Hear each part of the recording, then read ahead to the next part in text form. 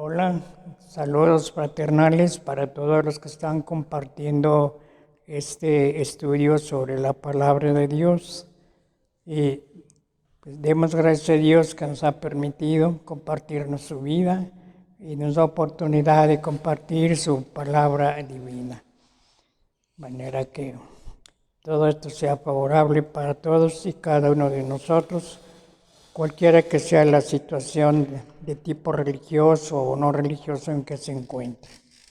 Bien, la sesión pasada terminamos de ver lo referente a la tradición de los mesopotamios que nos legaron y que tienen relación con los primeros 11 capítulos del Génesis.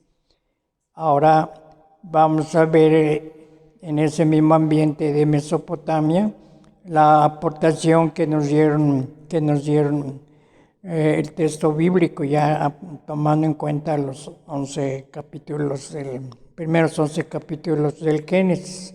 Ya vamos a ver la mentalidad con que el texto bíblico, o más bien los autores sagrados, quisieron que los israelitas de su época consideraran ese legado que recibieron de sus antepasados mesopotámicos. Vamos a seguir los mismos puntos, ¿no? Porque la base que nos dan la información de los mesopotamios nos ayuda para comprender un poquito mejor estos mismos textos, pero ya en nivel de revelación divina. Vamos pues a empezar. El primer tema será sobre la creación. ¿Qué nos dice el texto bíblico? Ya estamos hablando ya con el texto bíblico acerca de la creación. Tenemos dos versiones sobre el tema de la creación. La versión que nos da el texto, la tradición yahvista, y la que nos da la tradición sacerdotal. Respecto a la primera versión, el yahvista, en este punto es muy breve, sumamente breve, y pues, prácticamente yo nomás lo señalo. Nos vamos a detener un poquito más en la aportación del sacerdotal. Respecto al yahvista, pues hay que tomar en cuenta el medio ambiente en que fue escrito el texto, el tema de la tradición yahvista. Esto es muy importante para poder entender la mentalidad de los textos bíblicos. Dos puntos serían convenientes tomar en cuenta: dónde fue escrito o redactado este documento y en qué tiempo fue escrito. Les vamos a hacer subir un articulito breve sobre cada una de estos dos informaciones acerca del yahvista. Y pasamos al sacerdotal, que es el que más desarrolla este tema de la creación. Entonces también, para podernos ubicar en su mentalidad, es conveniente que tomemos en cuenta lo que yo llamo medio ambiente del escrito. Para esto es cuestión de que nos familiaricemos con un mapa del imperio babilónico de aquella época. Y luego yo elaboré allí pues un mapa del universo según el sacerdotal, y una breve historia que nos ponga en ambiente de los hechos. La época de Nabucodonosor, y luego también tomar en cuenta la situación de los habitantes del reino del sur o Judá, que en esta época fueron llevados en exilio a Babilonia. Para esto tenemos como punto de referencia el texto bíblico de 2 Reyes 24:1 a 25:30. Muy importante que nos demos cuenta de esas dos situaciones, la del medio ambiente babilónico y la del medio ambiente de la comunidad judía. También es importante que nos fijemos en el Sigurat Etemenanki, como esta es una representación del politeísmo que estaba vigente en ese pueblo.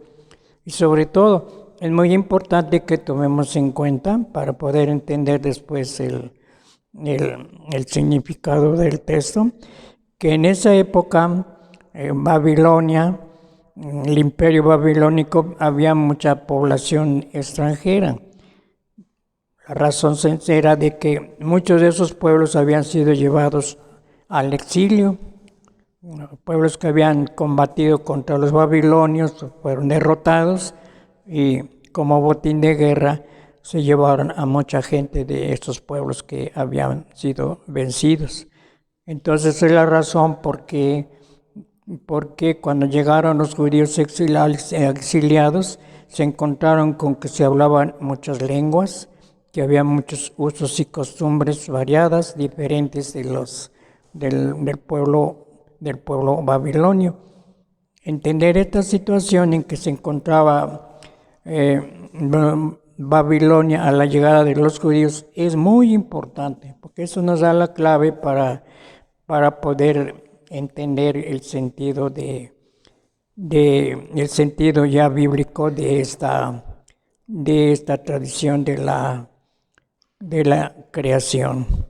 El texto de referencia, el texto bíblico es Génesis 1, 2 a 2, 3. Les presento un breve esquema.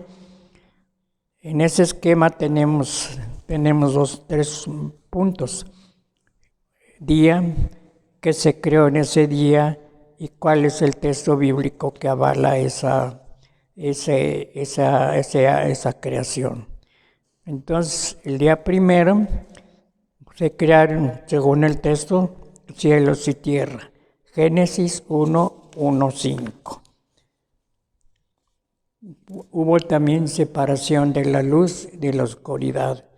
No, es cuestión de que cada quien vaya leyendo estos datos en el texto bíblico para que yo no les dé una mala razón de esto, ¿verdad? Sino que ustedes me vayan viendo por sí mismos lo que dice el texto sagrado. El segundo día, el firmamento, es decir, el cielo, aguas por encima y aguas por debajo de este firmamento. Génesis 1, 6, 8. Tercer día, acumulación de las aguas de debajo del firmamento. Lo seco se le llamó tierra y el conjunto de aguas mar, y empezó a crearse el mundo vegetal. Es Génesis 1, 9 al 13. Cuarto día, luceros, que haya luceros en el firmamento para separar el día de la noche, sirvan de señales para las solemnidades, claro, litúrgicas de los judíos, días y años, y para alumbrar sobre la tierra. Lucero grande para regir el día, lucero pequeño para regir la noche. Eso lo describe el texto bíblico en Génesis 1, 14, 19. El quinto día, grandes monstruos marinos, todo animal viviente que repta y que bulle en las aguas, todas las aves aladas. Génesis 1, 20, 23. Sexto día, evidentemente aquí es la parte de la creación.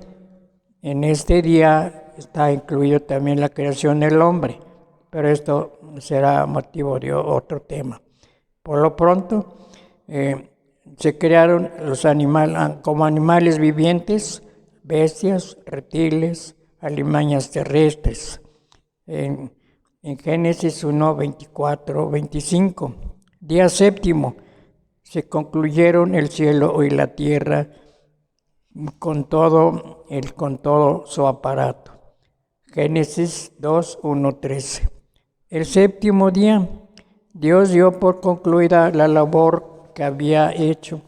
Después bendijo Dios el día séptimo y lo santificó, porque en él puso fin Dios a toda la obra creadora que había hecho. Así en forma esquemática, yo les propongo la descripción que hace el texto bíblico sobre la creación. Ahora, es importante tomar esto que sigue, ¿no? Su sentido teológico de este texto.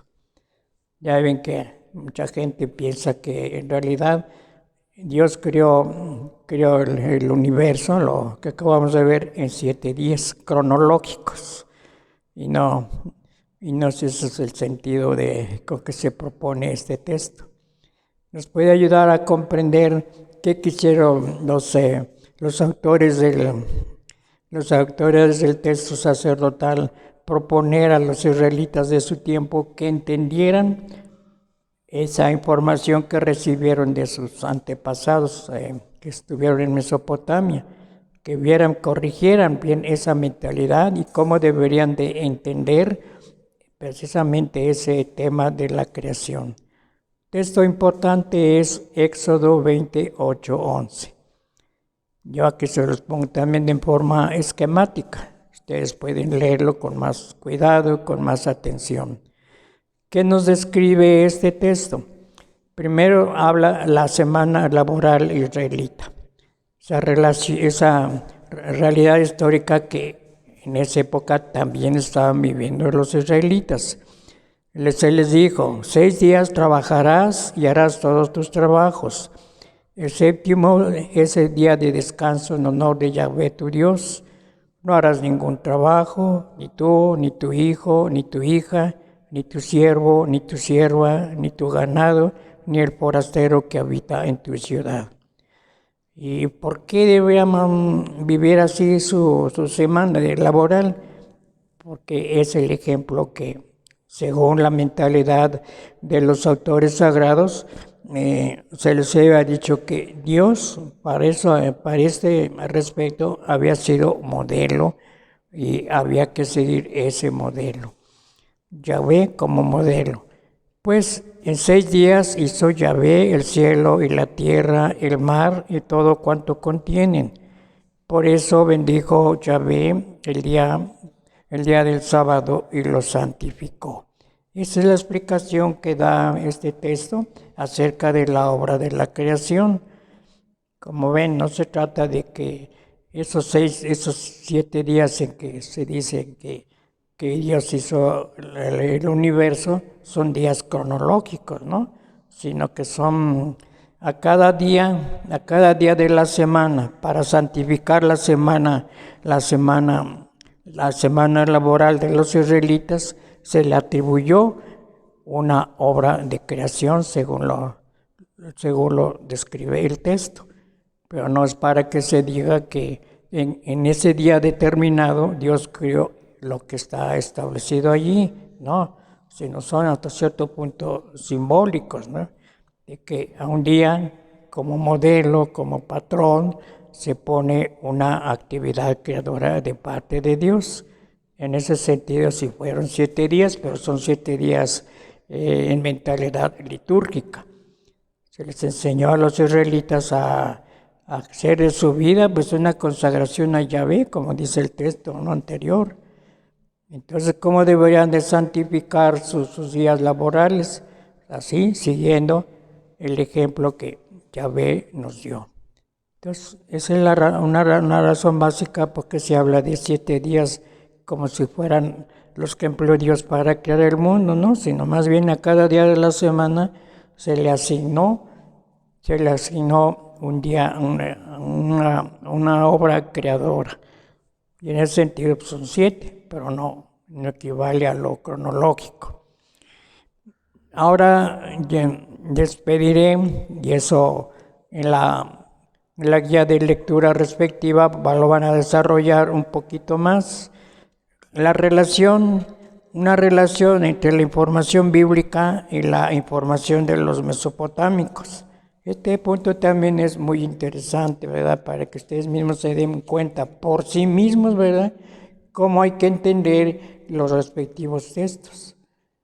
¿Y qué quiso decir el texto bíblico al estar hablando en estos términos? Es como una corrección, como una perspectiva que a la luz de la revelación divina, como deben de ver, esos datos que recibieron de sus antepasados mesopotámicos. Acordémonos que pues ellos vivieron, sus antepasados vivieron allá en Mesopotamia y recibieron la educación religiosa y cultural de esas personas. Entonces así cuando ellos ya se desprendieron de ese territorio y empezaron a desarrollar su vida, inicialmente llegaron con esa mentalidad pues idolátrica, ¿no? Como lo puede afirmar el Josué 24 del 1 al 3. Pienso que no está mal decir que en un inicio los patriarcas, los primeros patriarcas fueron idólatras, pero precisamente por eso vino la revelación divina, por eso vino la corrección divina para que se hicieran esa corrección y se tomara en el recto sentido lo que querían dar a entender o lo que deberían entender los israelitas de esta época a partir de la información recibida por los antepasados de los mismos israelitas. Entonces, sí, ojalá que se logre entender lo mejor posible. Ya este puntito se les va a desarrollar cuando lean las hojas de la guía de lectura. Ahora, tradición de los antepasados de los israelitas, Aquí les voy a hacer una propuesta. Esta es una reflexión que yo hago, ¿no? Yo no me atrevo a decir que esta es la definitiva y la decisiva y que como esa ya no hay otra, ¿no? Es una posible y lo más real que se puede decir explicación sobre cuando habla el texto bíblico acerca del origen del hombre. Miren ustedes, respecto al origen, cuestiones previas. Los textos bíblicos cuando están hablando de que Yahvé creó al hombre, 1, ¿se refieren a cuándo empezó a existir el hombre en la tierra? Hace millones de años. No parece que los textos estén haciendo referencia al tiempo en el cual apareció el hombre en la tierra. Más bien lo suponen ya existente y de este hombre dicen que Dios lo crió. Este hombre que ya se manifiesta completamente desarrollado. Aún los mismos textos bíblicos lo insinúan, claro que no lo detallan, ¿verdad? Pero insinúan esta mentalidad. Segundo, el acto creador se puede considerar bajo dos aspectos. A. Dios creó al hombre, su cuerpo y su alma directamente. B. Dios creó directamente el alma humana y la infundió en el cuerpo cuando de acuerdo a la teoría de la humanización, llegó a su momento culminante, cuando estuvo la incapacidad para recibir el alma o parte racional que lo constituyó en el ser humano. Aquí está el planteamiento de la cuestión de la teoría de la hominización. Parece ya que la Iglesia ha dado esta apertura, ¿verdad? Que las personas que crean conveniente aceptar esta teoría, pues, no va a contar la fe católica, con tal de que el otro elemento le den su lugar. Ahora viene una tercera cuestión. La Biblia está hablando del hombre general, del hombre a partir del cual proceden los más remotos antepasados de los israelitas. Ahí es la cuestión que yo propongo personalmente. Tomando en cuenta la mentalidad del conjunto de la tradición yahvista, en la cual se inserta el texto bíblico sobre la creación del hombre, parece más probable aceptar eso último. Yo tomo dos textos muy interesantes que nos pueden llegar a ayudar a aclarar esta cuestión. Por ejemplo, el texto de Josué 24, 1, 3. Es una referencia muy bonita a que reconoce que sus antepasados vivieron en Mesopotamia y fueron idólatras, vivieron con la misma idolatría con que estaban viviendo esos pueblos.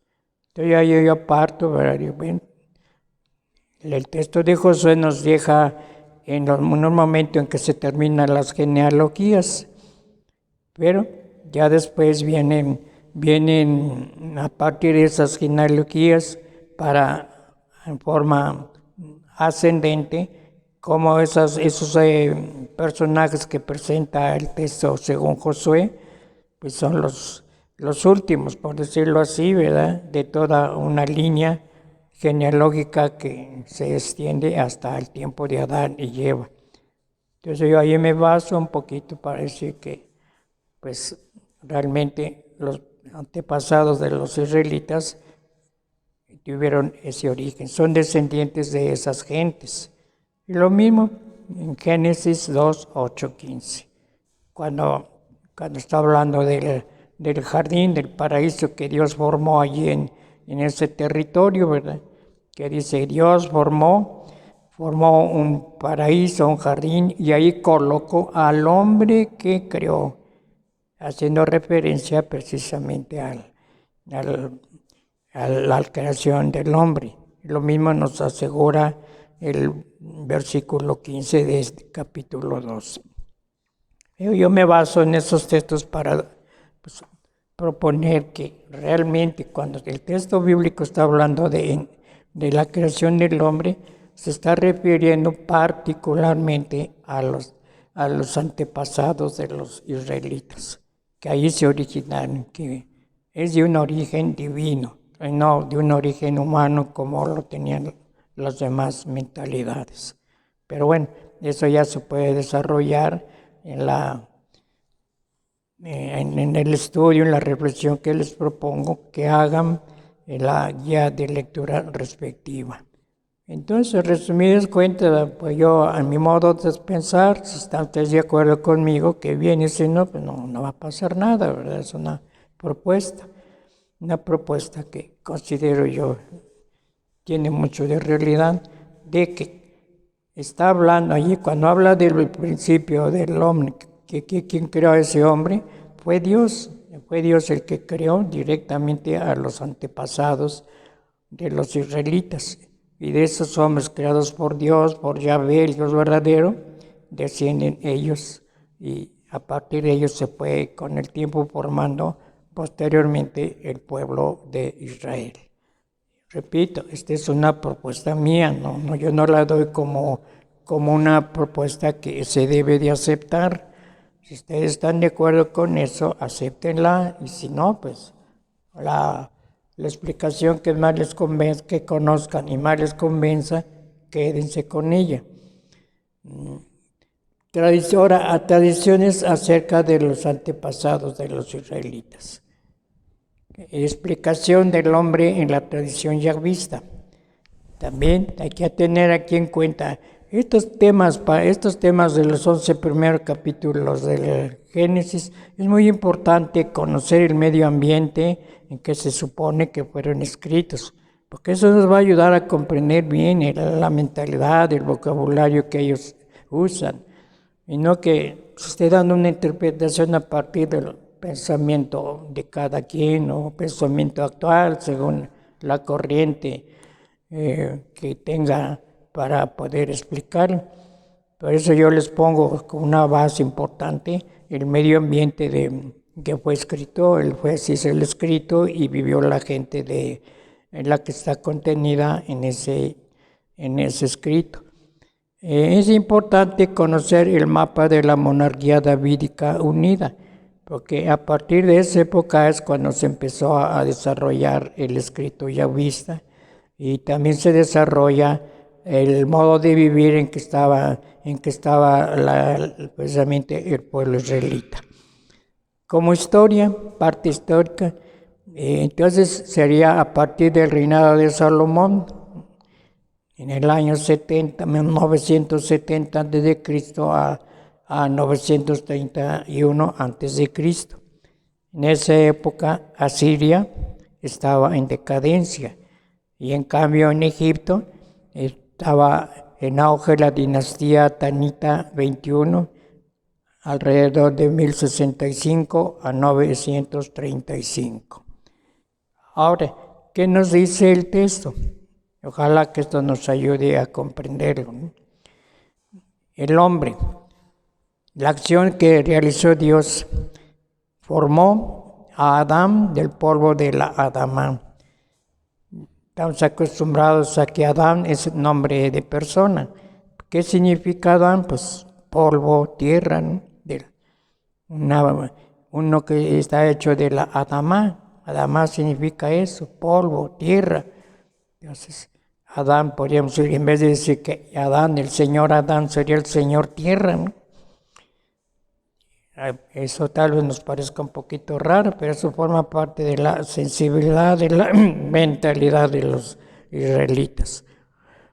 Sopló, y de esa acción resultó un Adán, un terreno, un tierra, ser viviente. Adán no significa que un individuo solo masculino, sino que indica el hombre como género y en los dos sexos. Entonces esto se puede aplicar también de la mujer, ¿verdad?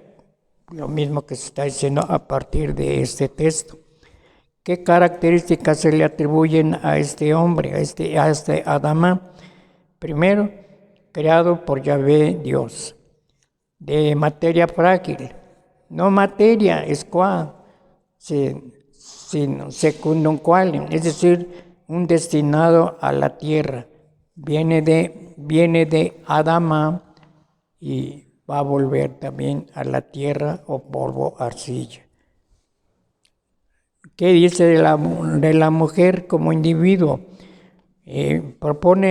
Forma Yahvé en dos antropomorfismos. Yahvé actúa como cirujano. Dios la tomó, ¿verdad? La tomó haciendo esa operación de sacar de una costilla del Adán para formar a la mujer. Así que la hizo de cirujano, ¿no? Está en 2:21. Y luego Yahvé edifica a la mujer. Sí, entonces ya al decir que cerró, rellenó la rasgadura que hizo al sacar a la mujer, precisamente ya la convirtió en eso. Resultó una isha, o sea, una varona. Es interesante, ¿verdad? Darnos cuenta de esos vocabularios, ese vocabulario de ellos. Ish significa varón y isha significa varona. Eso sería la mujer, ¿verdad? La varona. Nosotros decimos la mujer, pero de acuerdo al texto deberíamos decirle la varona. Así como deberíamos decir de Adán el varón, pero no en el sentido en que nosotros se lo atribuimos. ¿Por qué resultó varona? Porque esta isha fue tomada del hombre. Esa es la razón, ¿no? En 2:23 dice, el hueso de mis huesos, carne de mi carne. La expresión equivale a afirmar que entre la mujer y el varón existe una semejanza que los une y al vez los distingue de todos los otros seres vivientes. Ojalá que esto lo tuvieran todas esas cosas que andan ahí proponiendo, discutiendo la cuestión del género. Está muy de moda ahorita el género, ¿verdad? La cuestión del género. Que se está haciendo que la mujer se le dé el lugar que le corresponde. Pero si se fijan ustedes, pues fíjense, ¿en qué tiempo ya se habló de esto y en qué tiempo se está hablando hoy? De manera que están un poquito retrasadas esas personas, ¿verdad? Y es importante que entiendan lo que significan estas palabras, ¿verdad? Y que le entiendan no al modo occidental, sino al modo semita, al modo hebreo, con la sensibilidad del hebreo, ¿verdad? Y no con la racionalidad del occidental, que es la mentalidad con que estamos aquí aplicando estos textos. Fíjese que para la Sagrada Escritura la cuestión del género, como se está peleando ahora, pues no tiene sentido. Sencillamente aceptar a la mujer semejante al hombre, al varón, ¿verdad? Por eso es varona, para decir que lo mismo, la misma dignidad la tiene uno que el otro. Ya de ahí se deriva todo lo demás positivo, no hay necesidad de estar ahí peleándose contra nadie. Ahora, Dios, creando al hombre, lo crea Isha, porque sólo así puede cumplir la función de continuar la especie humana que Dios pretende y bendice. En Génesis 1:20, llamó Adam, bueno, son las palabras hebreas, ¿verdad? El que capte esta mentalidad, pues qué bien, es lo mejor que puede hacer. Llamó Adam a Ishto Javá, el hombre a su varona, porque sería madre de todos los vivientes. Javá significa eso, ¿verdad? Una madre, una varona que es madre de todos los vivientes. Otro nombre con que deberíamos de llamar a la mujer, pero al estar aplicándole ese hombre, habría que considerar todas las secuelas que se siguen de este vocablo. Eva, ¿verdad? Para nosotros es fácil decir Eva, pero tomando esa palabra en español de Javá, ¿qué tanto tendríamos que decir de la mujer, verdad? Y no tomarla así a la ligera. Por eso, por no entender estos textos, es como viene esta problemática de la cuestión del género que tanto se está discutiendo hoy. Ahora, aspectos deleznables de este hombre. Es de polvo, barro, arcilla. Aquí hay varios textos que desarrollan esta mentalidad. Es un soplo de Dios, Job lo dice, ¿no? 33:4. Es hierba, Isaías 40:6-7. Un mosquito, Isaías 51:6. Pero aquí la cuestión es eso, ¿no? De que no entendamos nosotros estos términos con nuestra mentalidad, sino tratemos de, hasta donde sea nos llegue a nuestro alcance, ver lo que ellos significan en su propia mentalidad, ¿no? Ahora, explicación del hombre israelita según el sacerdotal. Vamos a ver que cambia aquí el concepto, ¿verdad? Pero vamos a entender el porqué, ¿verdad? No es cuestión de que haya diferencias, ¿no? Esas diferencias tienen un sentido muy profundo, ¿no? El texto donde se habla del hombre por parte del sacerdotal es Génesis 1:26 y 28. Entonces aquí también volvemos a la misma cuestión.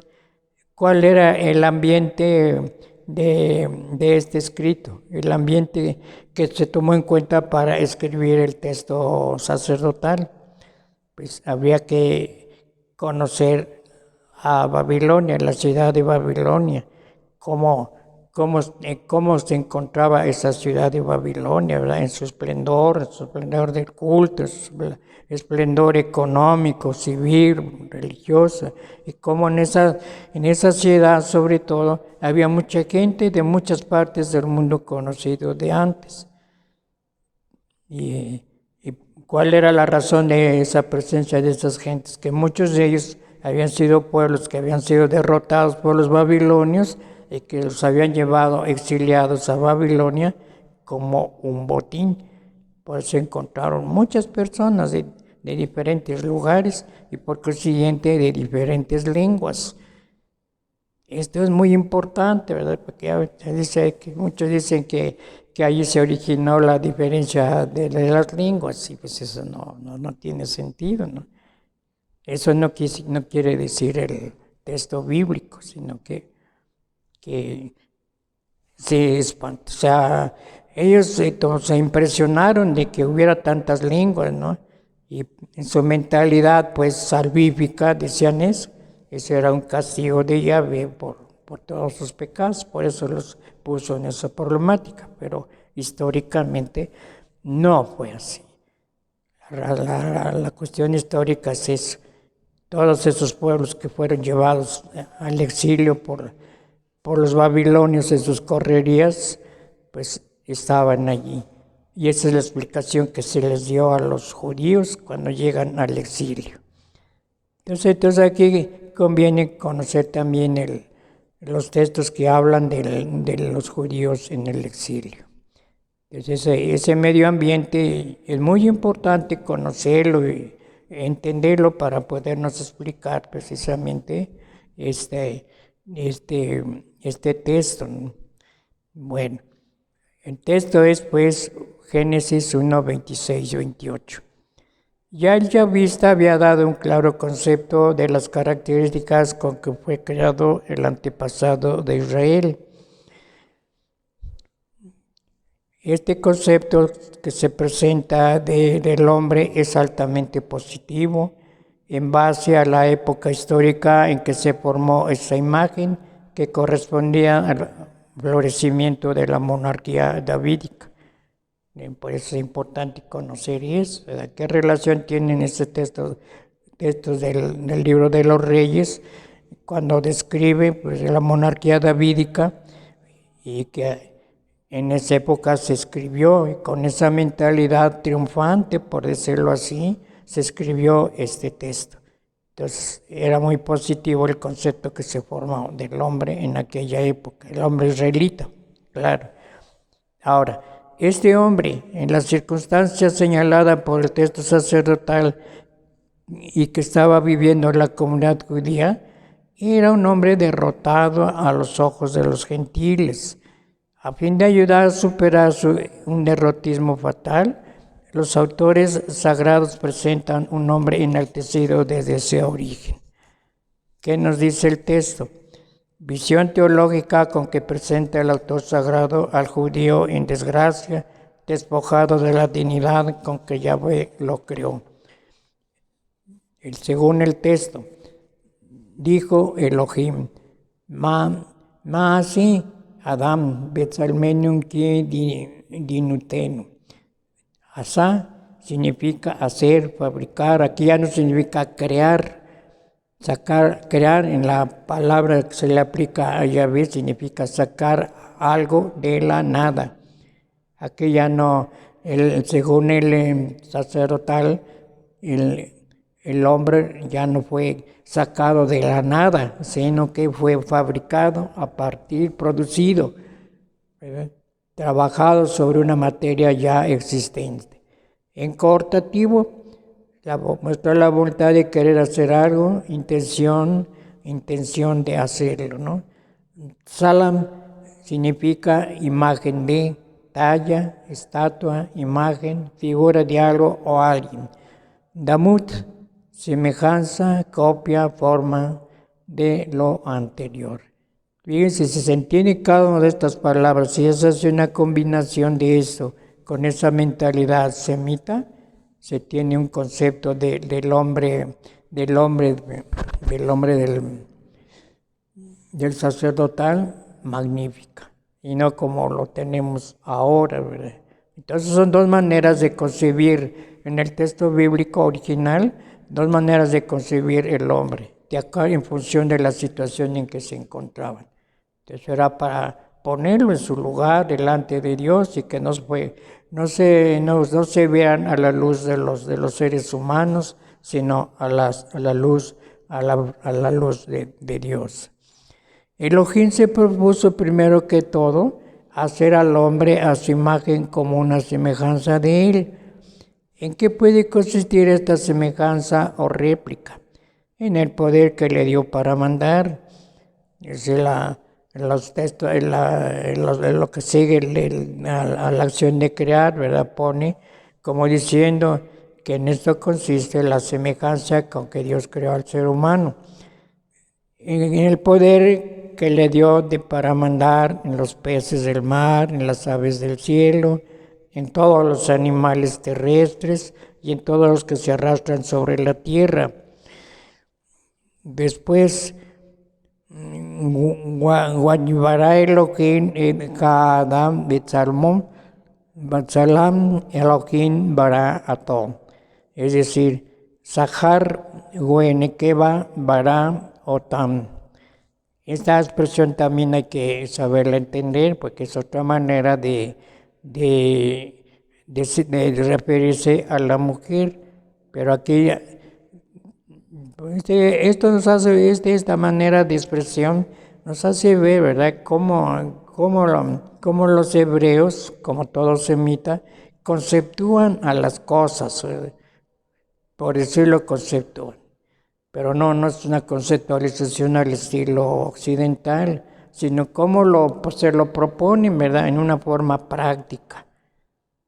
Y entonces así, cuando entendemos el lenguaje hebreo con su verdadero significado, cambia mucho la perspectiva del conocimiento, ¿no? Bara, crear entonces es el acto creador exclusivo de Dios. Aquí ya se trata de la puesta en acción de lo que se había propuesto con la palabra asá. Varón, Sahar, igual que varón, Nekeba, igual que la mujer. Entonces aquí en vez de decirle así, según esta expresión, en vez de llamarle a una mujer, es la Nekeba, y al varón, pues en vez de decirle varón o Adán, es un Sahar. Y pues estas palabras hay que también saberlas entender con mentalidad hebrea. Aquí las palabras, fíjense, denominan a uno y a otro en razón de su anatomía genital. Sahar es el que hace recordar, Nekeba la perforada. Elohim recurrió a su poder divino para dar lugar a que se realizara una constitución anatómica sexual en la cual se completara varón y mujer para ser fecundos, multiplicarse y poblar la tierra, y así poder someter la tierra y mandar a los peces del mar, las aves del cielo y en todo animal que serpea sobre la tierra. ¿Ves? ¿Qué quiere decir esto con respecto de lo que se está diciendo ahora del hombre y de las relaciones entre hombres y hombres, mujeres y mujeres? ¿Cómo realmente es no entender el texto bíblico, o si lo entienden es llevar la contra a la mentalidad divina?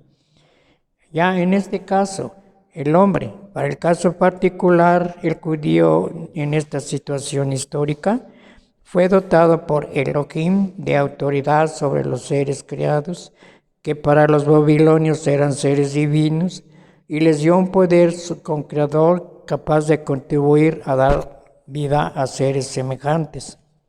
Esta naturaleza del ser humano creada por Dios y aplicada a los judíos en el exilio, era razón suficiente para no sentirse menos en medio del vasto babilonio que los rodeaba. Los judíos estaban despojados de su tierra, de sus instituciones civiles y religiosas, esparcidos entre muchos pueblos paganos y bajo el poder de los babilonios. Pero no tenían por qué sentirse menos, ya que ellos eran efecto de la acción creadora del único y verdadero Dios, que no obstante las circunstancias, no les había quitado el poder que les dio al haberlos creado. Entonces, este es el concepto de hombre que se formaron los hebreos en las circunstancias de exiliados a un pueblo pues, que en esa época estaba floreciente. Entonces, elevar ese hombre que el ser humano había humillado, Dios se encargó, porque era parte de su pueblo, se encargó de elevarlo, de darle su lugar. Así bajo ese aspecto, bajo esa perspectiva, hemos de ver al hombre, ¿verdad? Pero explicándonos por qué se habla del hombre en esa manera. Ahora, también va a ser importante que esta relación respecto del origen del hombre, por decirlo así, en el concepto bíblico y en el concepto de la tradición mesopotámica. Este trabajo se los voy a dejar allí cuando lleguen en este punto de la guía de lectura. Viene otra viene otra tradición, la situación de los antepasados de los israelitas. Aquí tenemos la tradición hebrea. Esto se describe en Génesis 2, 8, 15. Y también aquí es importante darnos cuenta de ese medio ambiente en que podemos decir estaba viviendo el pueblo israelita y el momento histórico, ¿no?, en que dio lugar para este escrito. Hay que tener un mapa del Edén, eso también se los voy a sumir, yo así también esta es también una propuesta mía, ¿verdad? Yo pienso que cuando habla de Edén, se está refiriendo a Mesopotamia, al territorio mesopotámico, que está entre los dos ríos, el Éufrates y el Tigris. Y cuando habla de jardín, está haciendo referencia pues, a que ese pueblo, gracias a esos ríos, tuvo mucha abundancia agrícola, no careció de agua, ¿verdad? El tiempo de agua, y hubo mucho regadío y hubo mucha prosperidad agrícola, ¿verdad? Por eso la gente de esa época vivía contenta, vivía feliz, porque no, el agua que en otras partes de Asia era difícil de adquirirla, allí la tenían en abundancia. Y esa situación agrícola, ¿verdad?, de preponderancia, para mi modo de ver, es a lo que se refiere cuando habla de un jardín que Dios hizo en el Edén, en Mesopotamia. Entonces yo elaboré ese mapa con esos datos. Ahora que lo tengan a la mano, pues a ver, véanlo, léanlo y pues, a ver qué les parece esta propuesta que estoy haciendo. Bueno, supuesto eso que así fue la realidad histórica, ¿cuáles fueron los probables habitantes mesopotámicos a los que hace alusión el texto? Pueden haber sido los sumerios, los acádicos o los babilonios. Y luego otro punto, ¿en qué momento histórico de estos grupos étnicos se aplica la revolución teológica? Pues aquí nos vienen los datos de la arqueología, ¿verdad?, que son muy valiosísimos. Momento histórico, ¿a qué época del hombre mesopotámico correspondería este hombre feliz? Los indicios de esta época feliz los podemos encontrar en cualquiera de los siguientes periodos. Ya la arqueología, reflexionado a la luz también de la historia, pues nos puede decir, ¿verdad?, qué felicidad o qué aspecto de felicidad vivieron estos pueblos, estos grupos mesopotámicos en cada uno de estos periodos.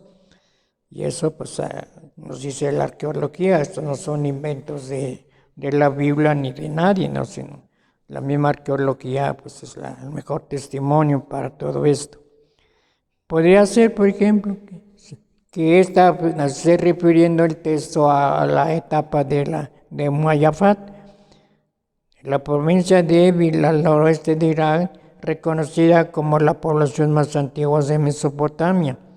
Sus útiles son de piedra, modelaron figurines de tierra, han reconocido animales y un ser religioso y prototipo de la diosa madre.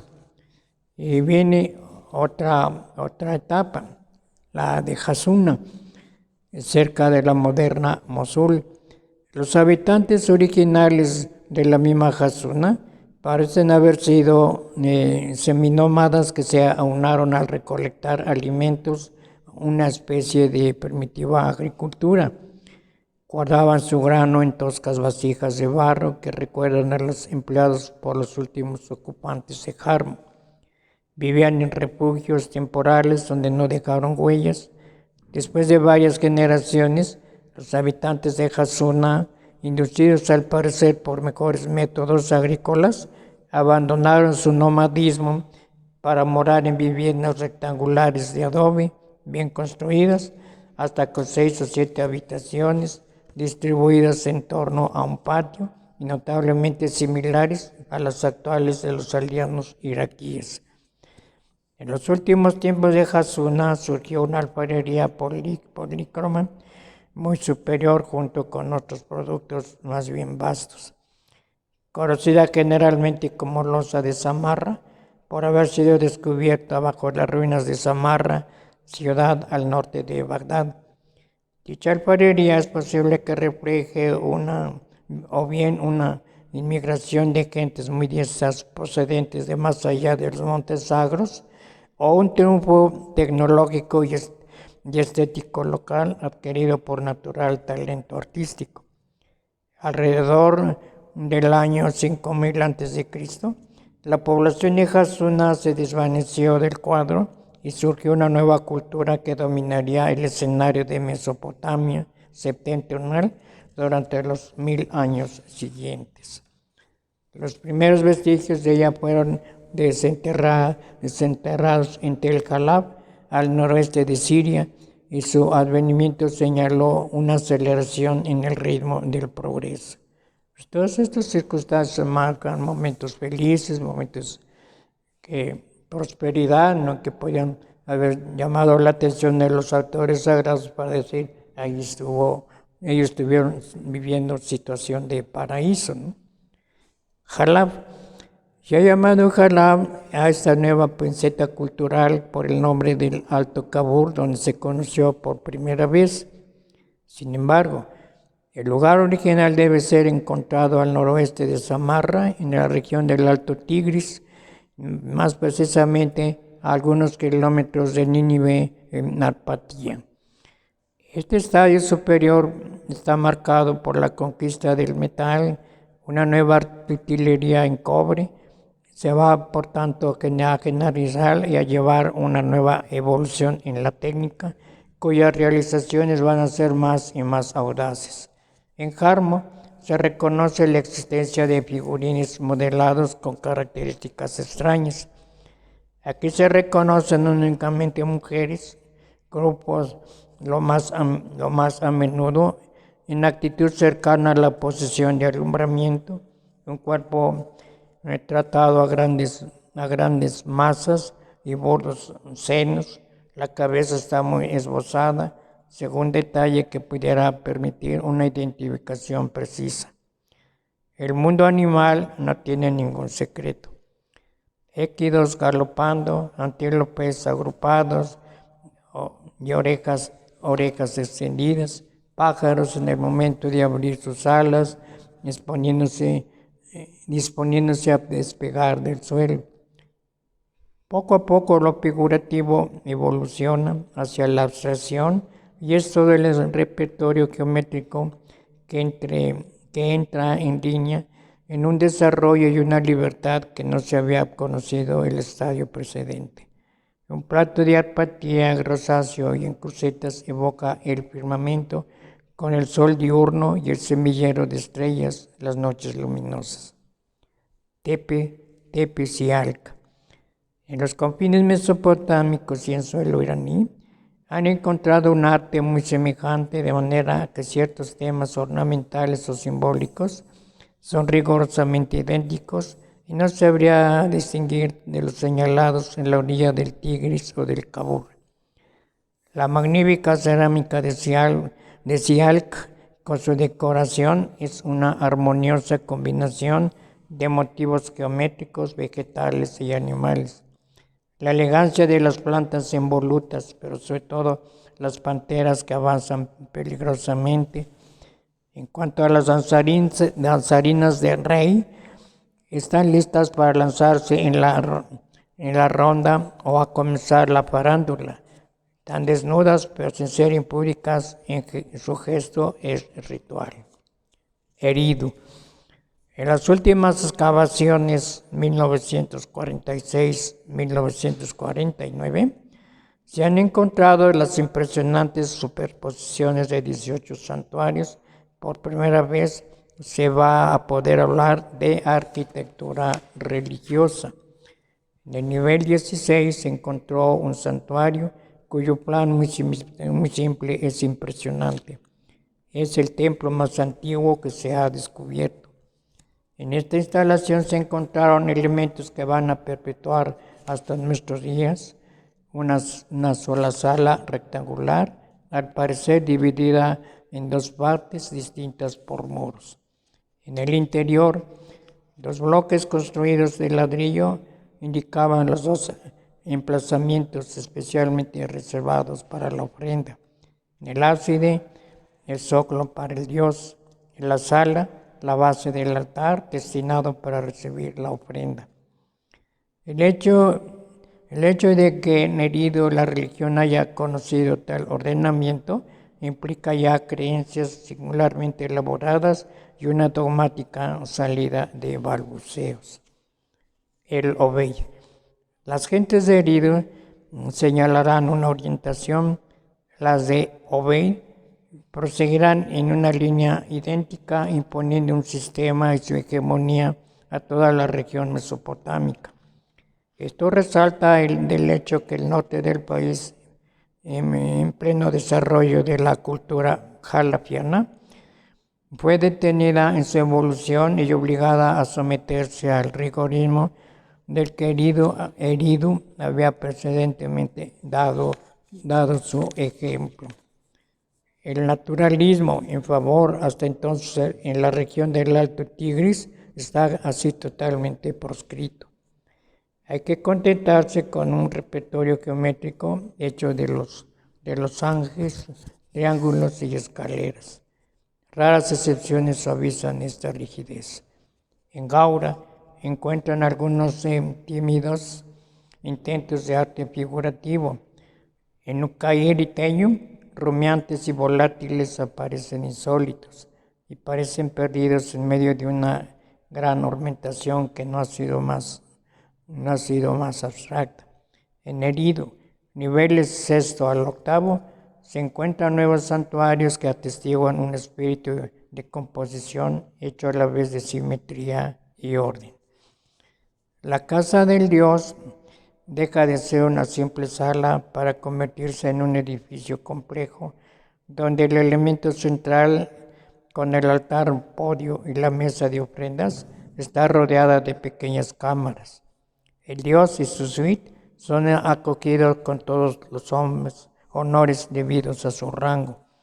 Ya puede residir más a lo largo, pero la zona dedicada especialmente al culto ha conservado desde el principio su distribución tripartita. Un personal ha sido ciertamente desde este momento puesto aparte para la celebración de los ritos. Los fieles no se encuentran descartados. Las numerosas puertas muestran que se ha dado lugar a un gran concurso de pueblo. Tepe Gaura, lo que se ha llamado Templo Norte. El edificio se presenta con una nave central rematada en sus extremos por una especie de galería transversal. El plan está de tal modo concebido que implica una división entre dos ocupantes sin estorbarse uno al otro, a uno con su parte idéntica en los dos casos. La ornamentación arquitectónica está hecha de pilastras que apoyan el interior y el exterior del edificio. No se da aún la escultura en piedra, sin embargo, una documentación preciosa se ha dado por un trabajo en alto relieve realizado en arcilla. Uruk. Una población nueva llegó a la región y después de haberla conquistado se puso a edificar sobre bases más grandes y sólidas. Esta población habrán de ser los sumerios, cuya aportación cultural sobrepasará todo lo que se había localizado hasta ahora. Desaparece la cerámica pitada. La arquitectura va a conocer desarrollos más y más impresionantes. La escultura, inexistente hasta entonces, tomará su punto de partida y pondrá en activo muchas obras maestras con una rapidez que confunde. La estratigrafía ha revelado para la sola prehistoria de Uruk 18 niveles superpuestos.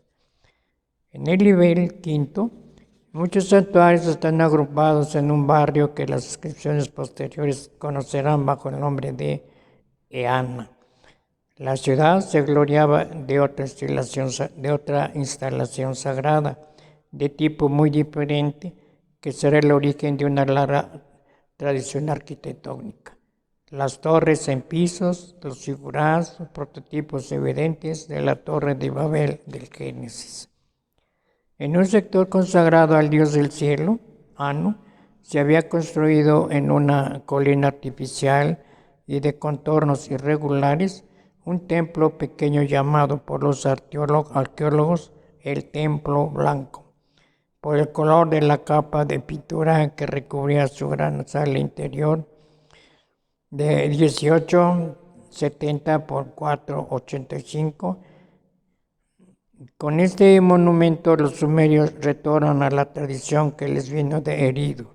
Una gran sala, pequeñas cámaras, instalaciones rituales, mesa de ofrendas, altar, muchas entradas para facilitar entradas y salidas. Bien, situación de felicidad. El paraíso. La realidad histórica, pues, como lugar geográfico, el territorio comprendido dentro de la fértil media luna.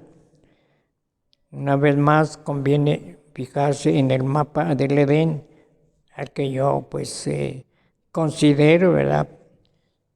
Considero que se refiere a la región de Mesopotamia. ¿En qué consistiría la felicidad física? La fertilidad agrícola de la zona bajo el influjo del Éufrates y Tigris. Reflexión teológica respecto a la felicidad física. La idea del árbol de la vida, imagen de toda prosperidad y felicidad al modo oriental. Felicidad, hay una serie de textos que hablan de ese tipo de felicidad, ¿no? Vida, también. Aquí les pongo una serie de textos para que entiendan cómo concebían vida bajo este aspecto de felicidad física. B. Integridad moral equivalente a una armonía social. En la ausencia de vergüenza estaba ausente el desorden prohibido por Éxodo 14, Deuteronomio 5:18, Levítico 18 y luego 28 y 25. Culpas que en la literatura sapiencial estaban unidas a la inclinación de la concupiscencia congénita en el hombre. Salmo 51, 7, 73. Como vemos, estos conceptos de felicidad y lo mismo después lo de infelicidad, son conceptos que realmente se refieren a la experiencia, la experiencia humana. Nosotros que estamos en el Nuevo Testamento, pues decimos que la verdadera felicidad está en la otra vida, en la que nos ha prometido Cristo, ¿no? Los habitantes de esta época no habían llegado, no habían conocido, no habían desarrollado esa mentalidad de la felicidad.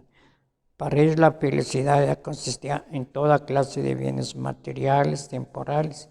Cuantos más tuvieran, eran más felices, estaban disfrutando más de su cielo, por decirlo así.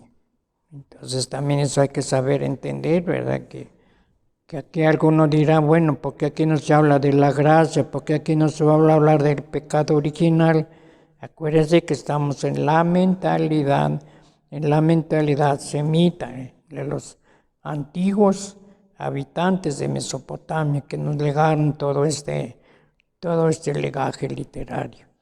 Entonces ellos tenían un concepto todavía, pues, bajo respecto de nosotros, ¿no? De lo que significaba la verdadera felicidad y la, por consiguiente, infelicidad.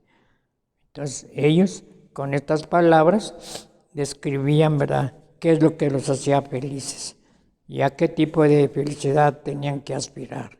A todo el bien, en un ambiente agrícola, bien terreno.